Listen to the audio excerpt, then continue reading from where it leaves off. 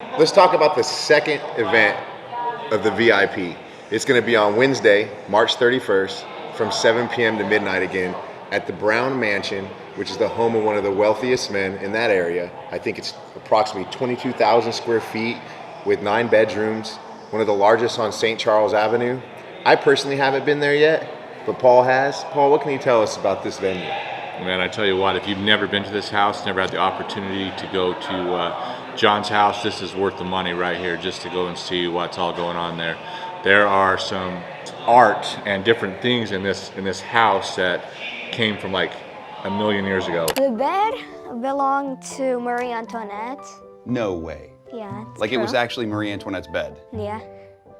That is, it's amazing. It's unbelievable the things that are in this house. It's worth the money just coming in, hanging out, seeing what the Brown Palace is all about. It's a place to be, man. So we need to get some tickets. We got promo codes.